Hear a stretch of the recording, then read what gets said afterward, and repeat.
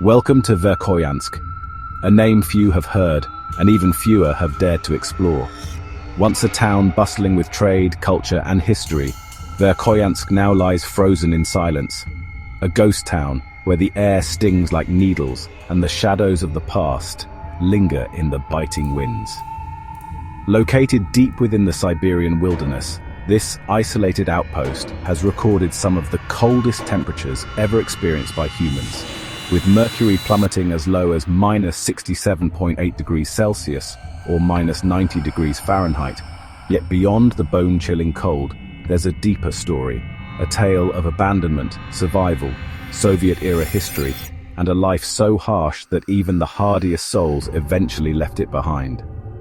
In this video, we'll take you through the eerie beauty, historical gravity, and the chilling reality of Verkhoyansk, Russia's frozen ghost town. Verkhoyansk is located in the Sakha Republic, also known as Yakutia, a region in northeastern Siberia that is one of the coldest inhabited places on Earth. Tucked along the Yana River and surrounded by boreal forests and permafrost, the town is nearly 1,500 kilometers away from the nearest major city. Its remoteness is almost mythical. For much of the year, roads are impassable, and the only connection to the outside world is by air or frozen river routes. The town sits within the Arctic Circle, and its position exposes it to extreme polar conditions, including long, dark winters with virtually no daylight, and brief summers that barely touch above freezing. For centuries, Verkhoyansk served as a place of exile, chosen not just for its cold, but for how difficult it was to escape. Verkhoyansk was founded in the 17th century as a Cossack outpost and later became a place of banishment during Tsarist and Soviet times. Dissidents, intellectuals, and political prisoners were sent here, condemned to live in extreme isolation and punishing weather. Despite the inhospitality, a small community formed, schools, bakeries, even local governance. But the town's population never grew large.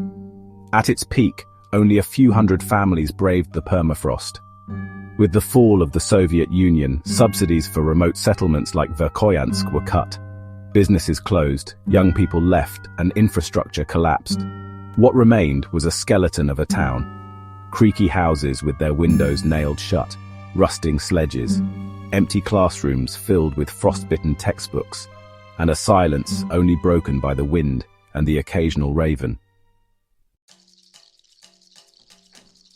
Why did everyone leave? Well, the answer lies in the cold. A brutal, relentless cold that makes even basic survival feel impossible. In Verkhoyansk, winters last for over 8 months, with January temperatures averaging -50 degrees Celsius. Eyelashes freeze within seconds. The diesel in engines turns to sludge. Pipes burst beneath the pressure of ice. Batteries fail. Skin exposure longer than a minute can lead to frostbite. Even breathing the air can burn your lungs.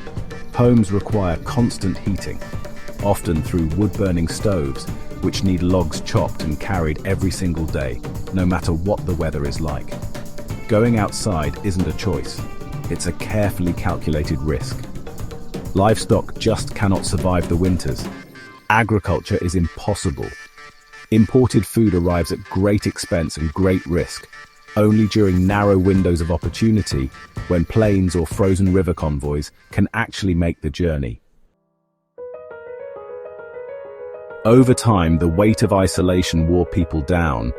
The younger generation, faced with no jobs, no education opportunities, and a climate that was becoming even more unpredictable, moved to bigger cities like Yakutsk or even Moscow. With fewer residents, services stopped, the hospital shut down, electricity became intermittent.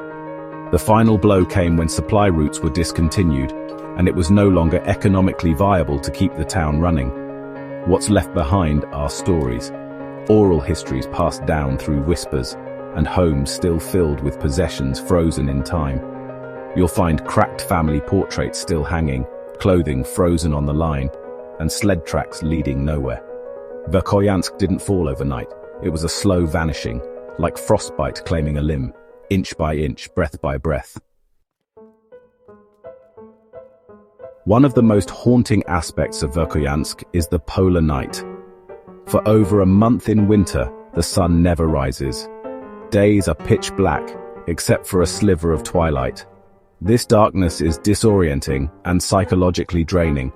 It contributes to seasonal depression, isolation, and even hallucinations. Then there's the permafrost, ground that remains permanently frozen. As climate change threatens even this icy permanence, the melting ground emits methane gas and destabilizes buildings. Roads crack, homes tilt.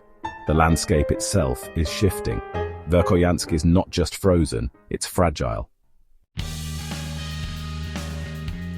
Verkhoyansk isn't just a cold place, it's a cautionary tale. A place where history, geography, and nature converge to form one of the most extreme human environments ever inhabited. Today, it stands more like a monument than a town, a frozen relic of resilience, exile, and inevitability. While some still pass through and a few seasonal inhabitants return, Verkhoyansk remains largely deserted. Not because people didn't want to stay, but because no one could. In the end, the cold won.